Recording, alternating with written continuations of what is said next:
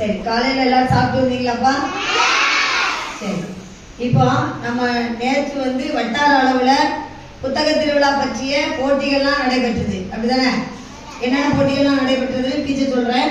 கட்டுரை போட்டி, ஓவிய போட்டி, பேச்சு போட்டி, சரியா, திருக்குறள் ஒப்பித்தல் போட்டி, அதுக்கப்புறம் நினைவாற்றல் போட்டி, 5 விதமான போட்டிகள் நடைபெற்றது. இந்த போட்டிகளுக்கு நம்ம பள்ளி சார்பில் 5 மாணவர்களை நாம என்ன செஞ்சோம்? அனுப்பணும். ஒரு பள்ளிக்கு ஒரு மாணவரை தான் அனுப்பணும். இதுல 115 பள்ளிக்கூடங்கள் கலந்துகிட்டது, சரியா? சிறுவண்ட வட்டாரத்தில் உள்ள 115 பள்ளிகளும் கலந்துகிட்டு, அந்த கலந்துகிட்டதுல நம்முடைய மாணவர்கள் என்ன செஞ்சிருக்கிறாங்க? முதல் பரிசு, 2ஆம் பரிசு பெற்றிருக்காங்க, சரியா? இதை கௌரவிக்கும் விதமா நேற்று நாம என்ன செஞ்சோம்? அனைத்து மாணவர்களுக்கும், வெற்றி பெற்ற மாணவர்களுக்கு நம்ம பொன்னாட போத்தி அவங்கள ஊக்கப்படுத்தணும். அப்போ ஊக்கப்படுத்தின பிறகு அவங்களுக்கு இன்னும் என்ன செய்ய வேண்டியிருக்கும்? நிறைய நல்லா படிக்கணும், எல்லா போட்டிகளும் நாம வெற்றி பெறணும் அப்படிங்கிற ஒரு ஆர்வம், ஊக்கம் வரும். அதுக்காக அவங்கள நம்ம பாராட்டணும். இது நம்ம பள்ளிக்கு கிடைச்ச மிகப்பெரிய பெருமை, அப்படிதானே? ஒரு சாதாரணமா ஒரு தொடக்க பள்ளியிலிருந்து ஒரு கிராமத்துல உள்ள பள்ளியிலிருந்து போய் மாணவர்கள் வட்டார அளவுல வெற்றி பெற்றுட்டு வராங்க அப்படின்னா அது நம்ம பள்ளிக்கூடத்துக்கு கிடைச்ச வெற்றி, உங்க மாணவர்களுக்கு கிடைச்ச வெற்றி, ஆசிரியர்களுக்கு கிடைச்ச வெற்றி, அப்படிதானே? அதனால அதை நம்ம பள்ளி சார்பாக அந்த குழந்தைகளை நம்ம நேற்று வாழ்த்தினோம். இப்போ நம்முடைய பள்ளியினுடைய முன்னாள் மாணவர் திரு சங்கரகுமார் அவர்கள் பள்ளிக்கு நிறைய உதவிகள், படிச்ச பள்ளிக்கூடத்தை மறக்காம, உங்களை மாதிரி இதே பள்ளிக்கூடத்துல அவங்களும் படிச்சவங்க தான். அதுக்கப்புறம் அவங்க பொறியாளர் முடிச்சு அரசு தலைமை பொறியாளரா வேலை பார்த்து அதுக்கப்புறம் ஓய்வு பெற்றிருக்காங்க. அவங்களுக்கு 2 மகன்கள் இருக்காங்க. 2 பேரும் வெளிநாடுகள்ல இருக்கிறாங்க, அமெரிக்கால இருக்கிறாங்க. சார் சென்னையில இருக்காங்க. நம்ம பள்ளியின் மேல அளவில்லாத பற்றும் அன்பும் பாசமும் உள்ள ஒரு நல்ல உள்ளம் கொண்ட மனிதர். நம்ம பள்ளியினுடைய முன்னாள் மாணவர் என்பதை சொல்லிக்கொள்வதில் நமக்கெல்லாம் மிகப்பெரிய பெருமை, சரியா? அவங்களுடைய அப்பா நினைவாக ஒரு தண்ணீர் தொட்டியை முதல்ல நமக்கு அமைச்சு கொடுத்தாங்க. பொன்னையா பிள்ளை தண்ணீர் தொட்டி அப்படின்னு அமைச்சு கொடுத்தாங்க. தண்ணீர் தொட்டி இருக்க போய் தான் நம்ம என்ன செய்யறோம்? அன்னைக்கு தண்ணீர் வசதியோட நம்ம எல்லா காரியங்களையும் வசதியோட நம்ம தண்ணீர் வசதியோட பார்த்துக்கிட்டு இருக்கோம், அப்படிதானே?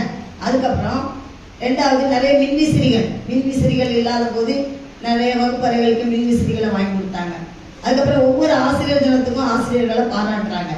அதன் பிறகு பள்ளியில எந்த நிகழ்வு நடந்தாலும், ஒரு சிலம்பாட்ட போட்டி, எந்தெந்த போட்டி நடக்குன்னு சொல்லி நம்ம வாட்ஸ்அப்ல நம்ம முன்னாள் மாணவர்களுடைய குரூப்ல போடுவோம். அப்படி போடும்போது அதை பார்த்துட்டு உடனடியாக அந்த மாணவர்களுக்கு 2000 ரூபாய் பரிசு தொகை, எப்ப எந்த நேரம்னாலும் பரிசு தொகைகளை அவங்க என்ன செய்றாங்க? உடனடியாக அனுப்பி வச்சிருவாங்க.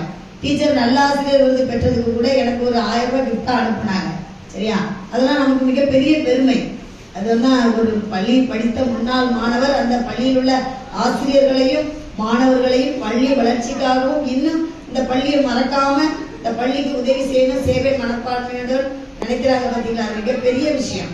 அதனால இந்த நேரத்துல திரு சங்கரகுமார் சார் அவர்களுக்கு பள்ளியினுடைய சார்பாக நாம மிகுந்த நன்றியை ஆசிரியர்கள் மற்றும் மாணவர்கள் சார்பாக நாம தெரிவித்துக் கொள்கிறோம்.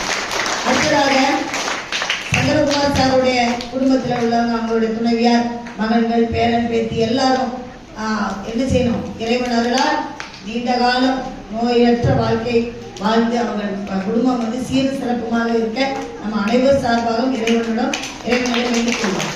அடுத்ததாக நம்முடைய பள்ளி மாணவர்கள் இதை எதுக்காக நான் உங்களுக்கு சொல்றேன் அப்படின்னா, உங்களை மாதிரி அவங்களும் அந்த சங்கரகுமார் சார் இதே பள்ளியில படித்த மாணவர்கள்.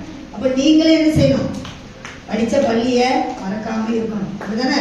இப்போ நாங்களும் ஆசிரியர்கள் ஏறி மாதிரி உங்களை ஏற்றி மிகப்பெரிய இடத்துல உயரத்துல உங்களை வச்சு அழகு பார்ப்போம், அப்படிதானே? நாங்க அதே இடத்துலதான் இருக்கோம். ஏரி இன்னைக்கு அதே இடத்துலதான் இருக்கும். நீங்களாம் என்ன செய்யலாம்? அந்த ஏரியில ஏறி எங்களுடைய அறிவு, திறமை இதெல்லாம் உங்களுக்கு கொடுத்து நீங்க அந்த அறிவாற்றலை பெற்று மிகப்பெரிய உயர்ந்த நிலைக்கு நீங்க எல்லாரும் என்ன செய்வீங்க? வருவீங்க. அதை பார்த்து ஆனந்தப்படக்கூடிய மிகப்பெரிய நல்ல உள்ளம் கொண்டது ஆசிரியர்கள் தான். பெற்றோருக்கு அடுத்தபடியாக அதை பார்த்து சந்தோஷப்படும். என்னுடைய மாணவன், என்னுடைய குழந்தை, என் பிள்ளை படிச்சு இன்னைக்கு டாக்டரா இருக்கான், இன்னைக்கு என்கிட்ட தான் படிச்சாங்க, இன்னைக்கு பொறியாளராக இருக்கலாம், இன்னைக்கு கலெக்டரா இருக்கிறான் அப்படின்னு ஆனந்தப்படக்கூடியவங்க எல்லாம் பெற்றோருக்கு அடுத்தபடியா இருக்கா? ஆசிரியர்கள், சரியா? அப்ப நீங்க என்ன செய்யணும்னா, அந்த ஆசிரியர்களையும் படித்த பள்ளியையும் இப்ப படிக்கக்கூடிய மாணவர்களையும் நீங்க என்னைக்குமே என்ன செய்யக்கூடாது? மறக்கவே கூடாது, அப்படிதானே? இதே மாதிரி நீங்களும் படிச்சு உயர்ந்த நிலைமைக்கு ஒரு அரசு வேலைக்கு போய் ஏதோ தொழில முன்னேற்றம் முன்னேற்றம் அடைஞ்சு ஒரு நல்ல உயர்ந்த நிலையில நீங்க இருக்கும்போது நீங்க படித்த பள்ளியை மறக்காம என்ன செய்யணும். கிட்டத்தட்ட 5 வருடங்கள் உங்களுடைய பிஞ்சு கால்களும் கைகளும் ஓடி விளையாண்டு இந்த மண்ணில தான் ஓடி விளையாண்டு இந்த பள்ளியில தான் நீங்க உங்களுடைய இளமை அனுபவங்களை பெற்றுக்கொள்வீர்கள். அப்படிதான் ஒழுக்கத்தையும் கல்வியை பெற்றுட்டு உயர்ந்த நிலைமைக்கு போனாலும் படித்த ஆரம்ப கல்வி பள்ளியை என்ன செய்யக்கூடாது, நீங்க யாருமே மறக்கவே கூடாது. சரியா? இந்த சங்கரகுமார் சார் மாதிரி நீங்களும் என்ன செய்யணும், படித்த பள்ளியை உயர்ந்த நிலையில நீங்க இருக்கும்போது தன்னுடைய படித்த பள்ளியில் உள்ள ஆசிரியர்களையும் அங்குள்ள மாணவ செல்வங்களையும் படித்த பள்ளியையும் மறக்காம அப்பப்ப நீங்க என்ன செய்யணும், இந்த பள்ளிக்கு உதவி செய்யணும், பள்ளியை பார்வையிட வரணும். நான் படிச்ச பள்ளி, நம் பள்ளி நம் பெருமை அப்படிங்கிற மாதிரி நம்முடைய பள்ளி வளர்ச்சி அடைவதற்காக நீங்க எத்தனை ஆண்டுகள் கழிச்சினாலும் என்ன செய்யணும், உயர்ந்த நிலையை அடையும் போது இந்த பள்ளியை திரும்பி பார்க்கணும், பள்ளிக்காக உங்களால இயன்ற உதவிகளை செய்யணும், படித்த பள்ளியை பார்த்து நீங்க ஆனந்தப்படணும் அப்படிங்கிறது இந்த நேரத்துல நான் கேட்டுக்கிறேன்.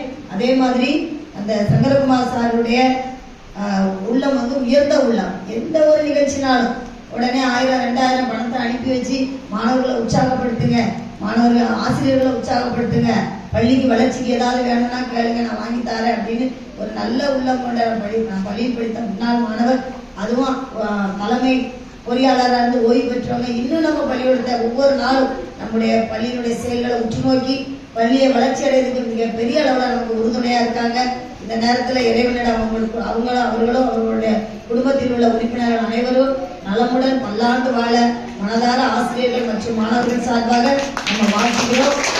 அடுத்ததாக அந்த பரிசு பொருட்களை அந்த மாணவர்கள் 5 பேரும் வந்து